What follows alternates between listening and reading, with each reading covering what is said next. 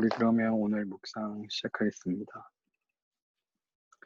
오늘 말씀은 시편 137편 말씀입니다. 지은 자매가 들어오고 있는데요. 지금 읽을 수는 없대요. 그래서 지훈, 히라, 기석, 주희 이렇게 돌아가면서 읽겠습니다. 시편 137편 1절부터 9절까지 말씀. 바벨론 강가에 앉아 우리가 시온을 기억하면서 울었습니다. 거기 버드나무 가지에 지훈, 히라. 거기 버드나무 가지에 우리가 하프를 매달았습니다. 우리를 사로잡아 온 사람들이 우리에게 노래를 시키고 우리를 고문하는 사람들이 기쁨의 노래를 부르라고 했기 때문입니다. 그들은 시온의 노래 가운데 하나를 부르라 하고 말했습니다. 우리가 어떻게 남의 땅에서 여호와의 노래를 부를 수 있겠습니까? 오 예루살렘아, 만약 내가 너를 잊는다면 내 오른손이 그 재주를 잃게 될 것이다. 내가 너를 기억하지 못한다면, 내가 예루살렘을 내 가장 큰 기쁨으로 여기지 않는다면 내 혀가 내 입천장에 붙어버릴 것이다. 오 여호와여, 예루살렘이 넘어지던 날에 에돔이 한 일을 기억하소서. 그들이 부르짖으며 무너뜨리라, 그 기초까지 다 무너뜨리라 했습니다. 오, 멸망할 수밖에 없는 바벨론에 따라 내가 우리에게 한 대로 갚아주는 사람은 복이 있으리라. 내 어린아이들을 잡아다가 바위에 메어치는 사람은 복이 있으리라. 아멘. 아멘. 아멘. 네, 오늘 137편 말씀은요, 참 감동이 되는 말씀입니다. 이 시편의 기자가 시온에서 어떤 기억이 있었던 것 같아요. 1절에 보니까 바벨론 강가에 앉아 있대요. 시편 기자와 우리라고 하는 걸 보니까 아마 포로 시기에 아마 그 자리에 앉아서 있는 것 같아요. 그러면서 하는 말이 시온을 기억하면서 울었다는 거예요. 근데 성경에서 이 시온이라는 것은 가지고 있는 여러 가지 의미가 있거든요. 먼저 이 시온은요, 예루살렘 남서쪽에 있는 여부스족의 요새였습니다. 그런데 다윗 때에 다윗이 정복해서 다윗성이라고 불렀어요. 그리고 아마 이제 예루살렘을 대표하는 단어가 이제 시온이라는 것이죠. 그런데 시온이 가지고 있는 상징적인 의미가 있는데요. 첫 번째는 뭐냐면 시온은 하나님이 거하시는 곳이라는 의미가 있어요. 아모스 선지자가 보면 여호와께서 시온에서 크게 소리치시고, 그러니까 시온에서 하나님이 계신 곳이다라는 어떤 상징적인 의미가 있었습니다.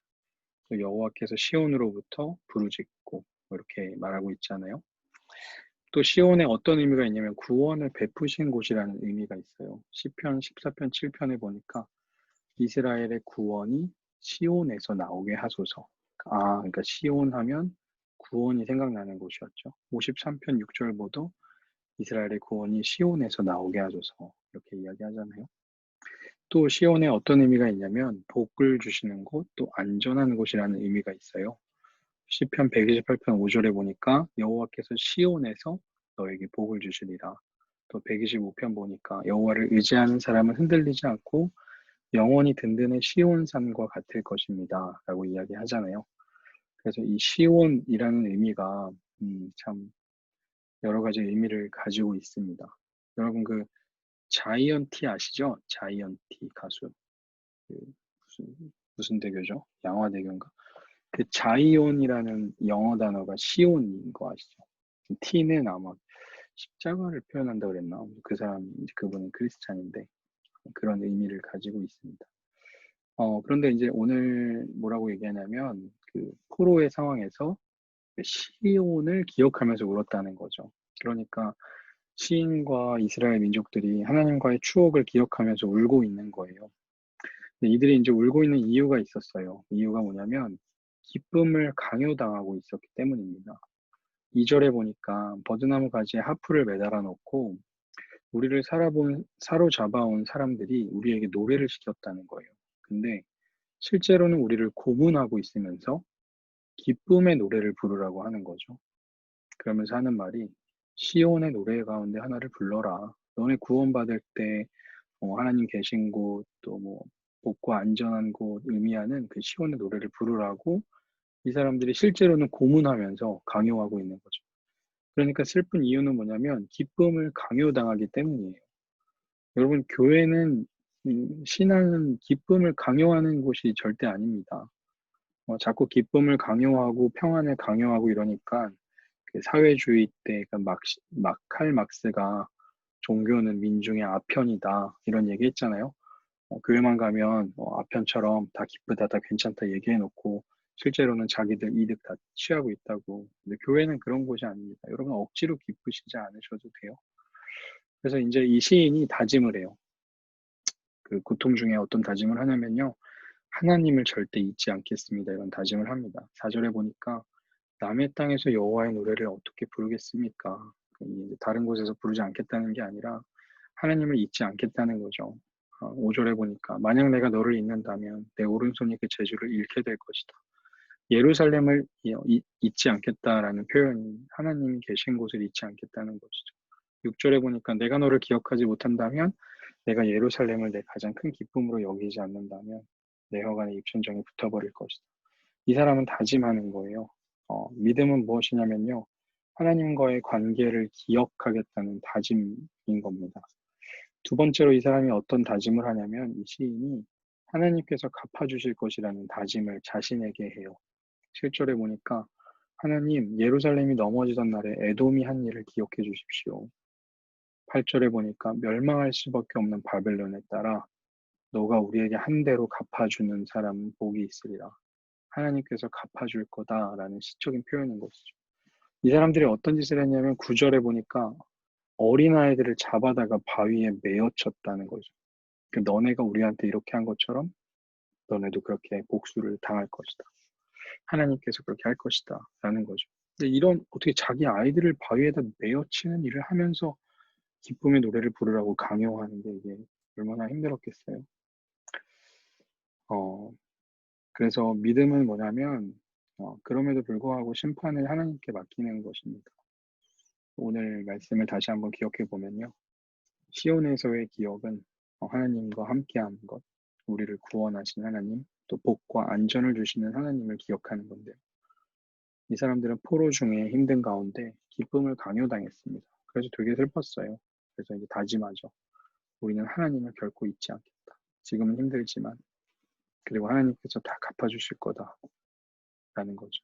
그래서 오늘 우리에게 던지고 싶은 질문은 내가 진짜 고통 중에 있을 때 기억할 수 있는 하나님과의 추억입니다.